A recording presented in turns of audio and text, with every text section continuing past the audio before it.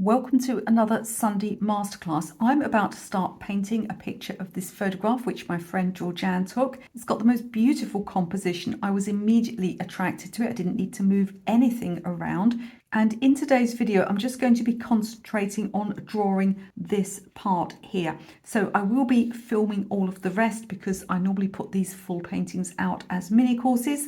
And I will as well on YouTube feature one or two of the parts of the painting. Let me know what you're interested in seeing me paint on YouTube. I'm thinking possibly of this urn with these, looking for the word, can't remember, these beautiful things growing on the top of it here. Lichen, is that the word I'm looking for?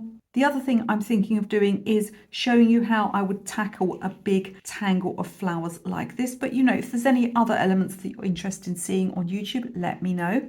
Meantime, I'm going to start out by laying out this drawing. I'm going to be looking at, how far across this urn comes, how much space it takes up. This is a square picture, so basically I can fit it into any square space. So I'll be putting the main elements in, just drawing really around the outside of these large areas of flowers here. Although I may draw some of these flowers before I paint them, I'm likely to leave that part of the drawing until later. I will draw a few of these big leaves here, however, and then I'm going to bring you back when I'm ready to draw this patio area here where we have multiple points of perspective. And let me assure you, I'm not going to bother using any math to plot them with. I'm just going to show you how you can get something that looks realistic. So I've got the bare bones of my picture in, concentrating mostly on just the main elements. So the only thing I've drawn really precisely is this urn. And what I want to do now is get the plinth that it's on and all of the brickwork in the foreground correct. As I said, it would be a lot of work to plot all of that perspective, and we really don't need to. You always have a little bit of leeway with subjects like this because nothing is fully symmetrical when it's been built by hand, and handmade bricks and things like that, and pottery urns, they're not going to be 100% exact. So what I want to do first of all is just look at this thing that it's standing on. We need to give it a proper base to stand on, and with any of these angles I'm going to be checking them, and I can check like this and we can get an idea of what sort of angle this is at. Now I can't see the back of it, and finding a center line can be difficult. Now it does look almost like this line here is almost at center. I would say it's slightly to the right of center, this little corner here. So I think we'll finish it there, and then we'll look at how it goes in the other direction. We've got a much less steep angle there.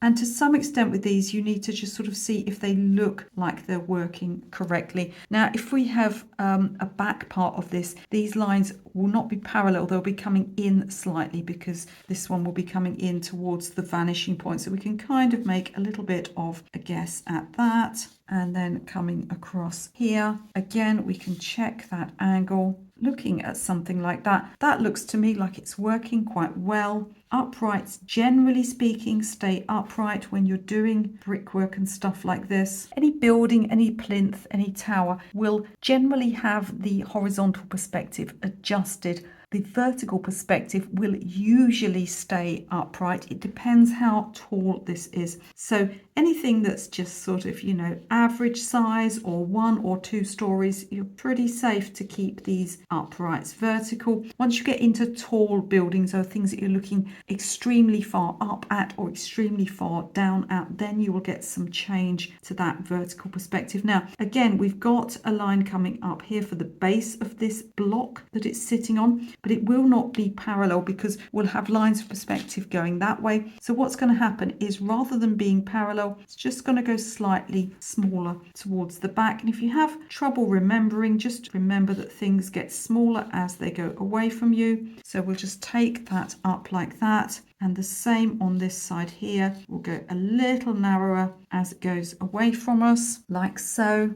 And then we've got a flat area coming out. So let's think about that. So we've got another piece coming around the back here and coming down. Now the perspective on this is slightly different because we're looking at something that's not upright, it's flat. So we also, as well as getting perspective, we get foreshortening happening. Again, it's impossible to plot all of this unless you are geometrist or an architect or something, but we're just going to make sure that it's roughly looking okay.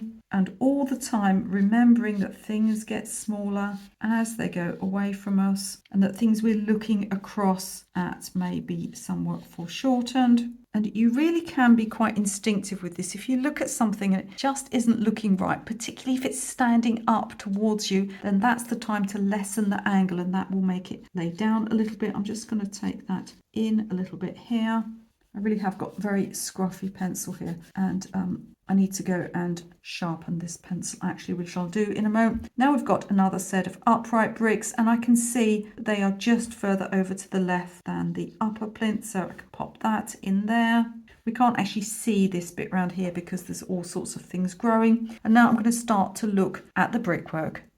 So let's check these main angles now. So I want to look particularly at this little lip here where the bricks change colour. So again, we're going to line up with the side of our paper. Doesn't matter which side of the paper you line up with. You could line up with the base of the paper, just wherever is sort of fairly close, so that you can put a straight line there, and you can just use your pencil. You don't need a set square like mine. And I'm just going to bring this down to where it sits, which is just below this here. Now it should be a similar angle to the stuff above, which it isn't at the moment, so we're going to have a look at that. I'm going to check it again. Actually, I'm going to bring it a little lower, I think, and we can see that it comes out below the corner, so I'm just going to sort of take an idea of that. Let's also look at this angle here, which I would expect to be higher up because things get closer together as they go away from us. And we've got a line of perspective between these 2 points here, and they should eventually meet over there somewhere. Again, we don't need to plot that. We just need to check that it's looking roughly okay. And we'll place this next to where I'm working, and here.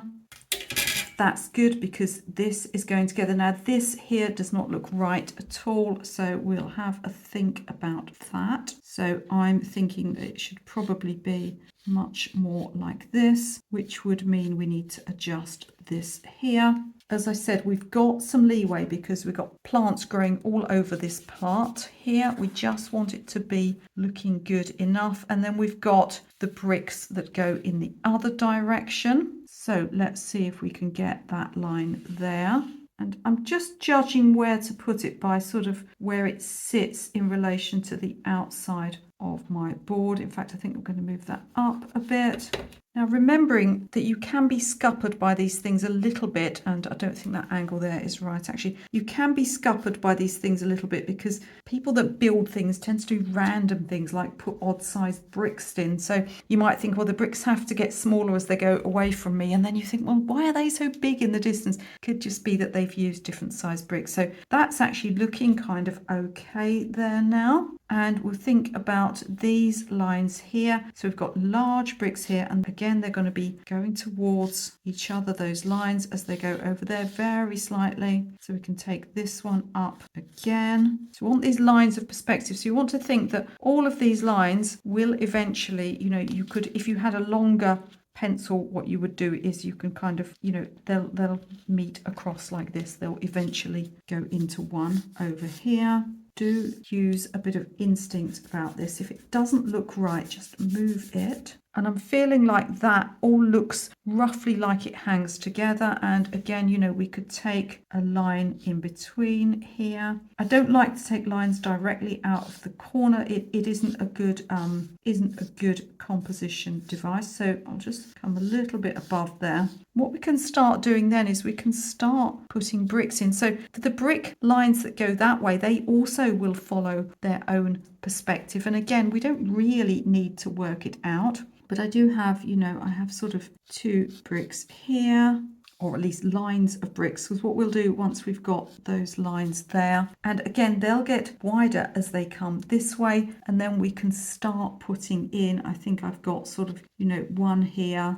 Quite hard to see actually with these bricks that are further away. We certainly seem to have a brick here. It seems to be that they're in a typical brickwork pattern until they get right up to the end there, and then they seem to be 2, next to each other, which, is fair enough. These things happen. And again, you can get these brickwork lines working by just taking other lines across and then we can start to get, you'll make almost a grid, but of course it's not going to stay a grid because we do have a pattern of brickwork, but I want to just get some width for the bricks, so it's easier for me to go across in one like this, and then within that I would be able to, I've got 2 bricks going here, of course there'll be gaps between them as well, and then let's think about having, a brick this way and half bricks here, and we can just start to plot out, and then you go back to your bricks this way, leaving those gaps in between for the mortar.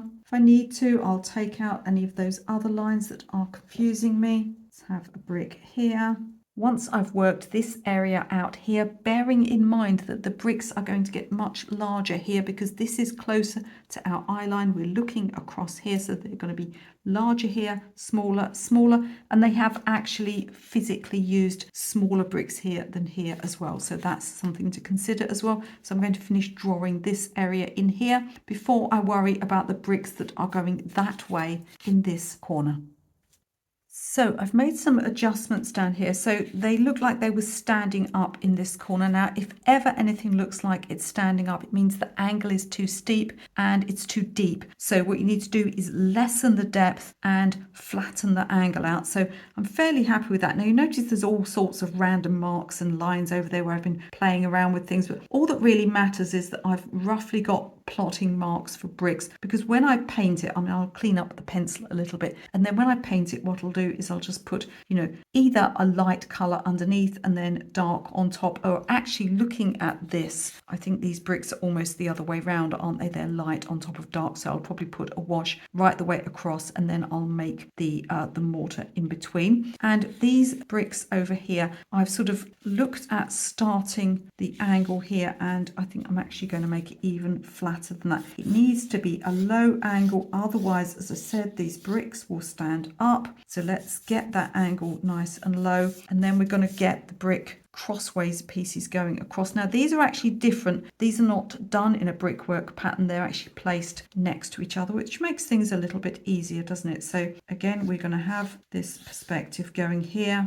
and again these lines will start to converge as they go away from us, which means that as these lines come up here, the angle is going to come in something like that, so that they would eventually converge. But we also have to consider that they do continue over here, so you can sort of start to plot them and then you think, well, actually that's not going right. So what I'll do is just take this line here, let's put that up there, and that's going to give me a good reference point as well for where those bricks disappear off there. So you can see I've actually got that first bit quite wrong there, so let's look at that, because I think actually what we need is it going more like this. So I suspect this angle here needs to be a little steeper. Yes, so we're going to have more like this, and those are the lines that will converge there. So again, I can adjust here and just bring these bricks out a little bit more. I'm not sure what's going on under here. There seem to be some more bricks from here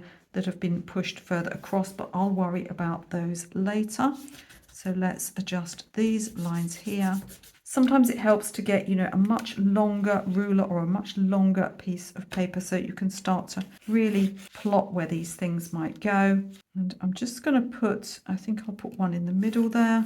Always remembering that there is some kind of vanishing point that way. There's also a vanishing point this way. Again, we're not going to bother to exactly plot this. I just want to get them looking realistic, and the main thing is to make sure that they're not standing up, which is the most usual problem with things like this. So again, now we're going to start by getting an idea of the angle of the bricks here, remembering that they will be larger closer to us, and so we get, it will gradually come more this way, and we can line up, because these do more or less line up with the bricks over there, although they're different sizes, they more or less line up. So we want to make sure that there's not, a real change in angle here, which would make everything look like it was going over a hump. And again, coming down like this and making sure that they get larger, these spaces get larger as they come towards us. Just checking the spacing of those so that they do continue to get larger. And I'm pretty happy with that, actually. You can look at it overall, say, is it working? Is it laying flat? More or less.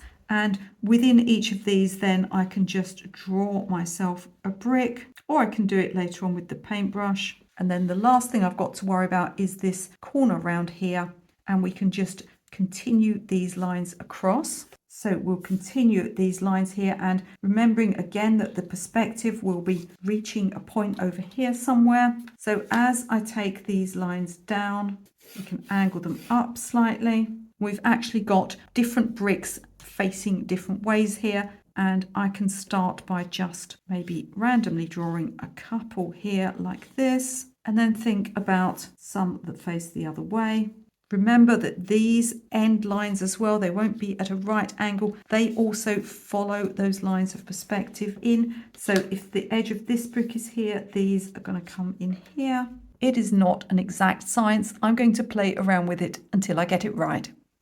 So it's evening here, and we've got a little bit of evening sun coming in, so forgive any shadows on the paper. I haven't finished fully sketching out these bricks yet, and I will clean all of this up later and tidy all of this up. It's kind of a herringbone thing going on over here. Much of it is covered by greenery. I'm actually fairly happy with this at the moment. I do need to look at this bit here. It's going a bit like this. I just need to straighten those bricks out a little bit. But overall, I'm pretty happy with the fact that this seems to be following some kind of perspective in both directions and is laying fairly flat. Like I said, let me know what part of this you'd like to see me paint. I could paint the bricks for you if that's something you're interested in, or as I said, some of these other areas instead. And hopefully, and I always say hopefully because you can never tell what may happen during the course of a painting or indeed filming. Sometimes I plan to film a full tutorial and files get corrupted or something like that, or the audio doesn't work, but I'm hoping that this one will be available as a very low priced online course whereby you can do the whole painting with me. Meantime, let me know in the comments if you found this helpful and which part you'd like to see me paint in watercolour.